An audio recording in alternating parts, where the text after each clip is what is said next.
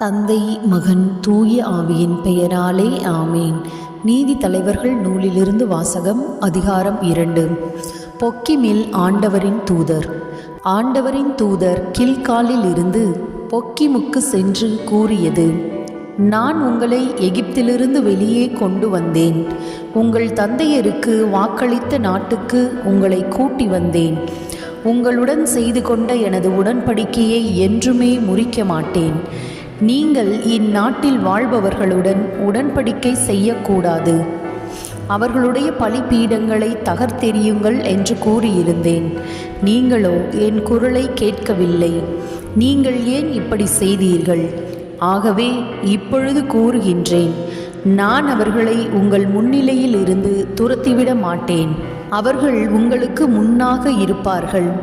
அவர்கள் தெய்வங்கள் உங்களுக்கு கன்னியாக இருப்பார்கள். ஆண்டவரின் தூதர் இவ்வார்த்தைகளை எல்லா இஸ்ரேல் மக்களிடம் கூறியதும் மக்கள் தங்கள் குரலை எழுப்பி அழுதனர். அவ்விடத்தின் பெயரை பொக்கிம் என அழைத்தனர். அங்கு ஆண்டவருக்கு பலியிட்டனர். யோசுவாவின் இறப்பு. யோசுவா இஸ்ரேல் மக்களை அனுப்பிவிட அவர்கள் ஒவ்வொருவரும் தம் உரிமை சொத்தாகிய நிலத்தை உடைமையாக்கி கொள்ள சென்றனர். யோசுவாவின் வாழ்நாள் முழுவதிலும் யோசுவாவுக்கு பின் வாழ்ந்த முதியோரின் வாழ்நாள்களிலும் மக்கள் ஆண்டவருக்கு ஊழியம் புரிந்து வந்தனர். ஆண்டவர் இஸ்ரேலருக்கு செய்த மாபெரும் செயல்கள் அனைத்தையும் அம்முதியோர் கண்டிருந்தனர்.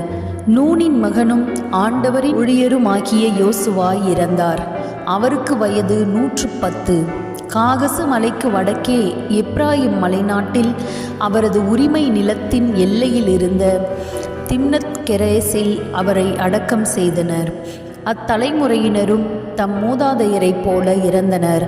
அவர்களுக்கு பின் வந்த தலைமுறையினர் ஆண்டவரையோ அவர் இஸ்ரேல் மக்களுக்கு செய்ததையோ அறிந்திருக்கவில்லை. இஸ்ரேல் ஆண்டவரை விட்டு விலகுதல். இஸ்ரேல் மக்கள் ஆண்டவரின் பார்வையில் தீயதெனப்பட்டதை செய்தனர். அவர்கள் பாகால்களுக்கு ஊழியம் செய்தனர். அவர்கள் தங்கள் மூதாதையரை எகிப்து நாட்டிலிருந்து வெளியே கொண்டு வந்த தங்கள் மூதாதையரின் கடவுளாகிய ஆண்டவரை கைவிட்டனர். தங்களை சுற்றி வாழ்ந்த மக்களினங்களின் தெய்வங்களை பின்பற்றி வழிபட்டு ஆண்டவருக்கு சினமூட்டினர். அவர்கள் ஆண்டவரை கைவிட்டு பாகாலுக்கும் அஸ்தரோத்துக்கும் ஊழியம் செய்தனர். இஸ்ரேலின் மேல் ஆண்டவரின் கோபக்கனல் கனன்றது. எனவே அவர் கொள்ளையடிப்போரிடம் அவர்களை ஒப்படைக்க அவர்களும் அவர்களை கொள்ளையடித்தனர். அவர்களை சூழ்ந்திருந்த எதிரிகளிடம் ஆண்டவர் அவர்களை விற்றார். அதனால் அவர்கள் எதிரிகளின் முன் அவர்களால் எதிர்த்து நிற்க இயலாமற் போயிற்று. ஆண்டவர் அவர்களுக்கு ஆணையிட்டு கூறியது போல் அவர்கள் போருக்கு சென்ற பொழுதெல்லாம் ஆண்டவரின் கை அவர்களுக்கு எதிராக தீமை விளைவித்தது.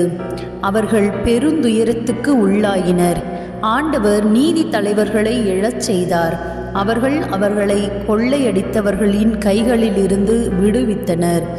ஆயினும் அவர்கள் தங்கள் நீதி தலைவர்களுக்கு செவி கொடுக்கவில்லை. ஏனெனில் அவர்கள் வேற்று தெய்வங்களை பின்பற்றி தொழுது வேசித்தனம் செய்தனர். தங்கள் மூதாதையர் ஆண்டவரின் கட்டளைகளுக்கு செவி கொடுத்து நடந்த நெறியை விட்டு விரைவில் விலகினர். ஆண்டவர் அவர்களுக்காக நீதி தலைவர்களை எழச் செய்த பொழுதெல்லாம் அவர் அந்த தலைவர்களுடன் இருந்து அத்தலைவர்களின் வாழ்நாள் முழுவதும் எதிரிகளின் கையிலிருந்து மக்களை விடுவித்தார். ஏனெனில் துன்புறுத்தப்பட்டு ஒடுக்கப்பட்ட அவர்களின் அழுகுரலை கேட்டு ஆண்டவர் அவர்கள் மீது இரக்கம் கொண்டார். ஆனால் அவர்கள் ஒவ்வொரு நீதி தலைவர் இழந்த பொழுதும் வேற்று தெய்வங்களை பின்பற்றியும் அவற்றுக்கு ஊழியம் செய்தும் அவற்றை வழிபட்டும் தங்கள் மூதாதையரை விட இழிவாக நடந்தனர்.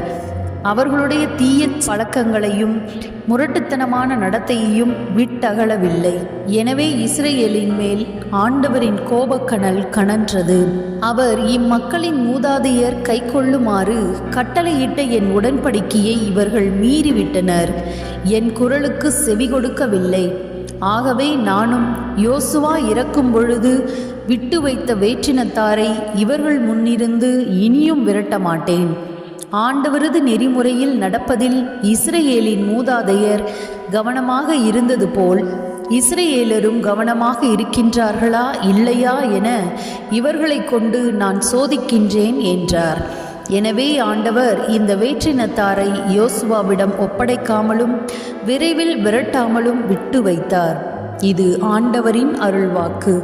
இறைவா உமக்கு நன்றி. அன்புக்குரியவர்களே, நம்முடைய யாவே இறைவன் என்ற சேனலை சப்ஸ்கிரைப் செய்து வைத்துக் கொள்ளுங்கள்.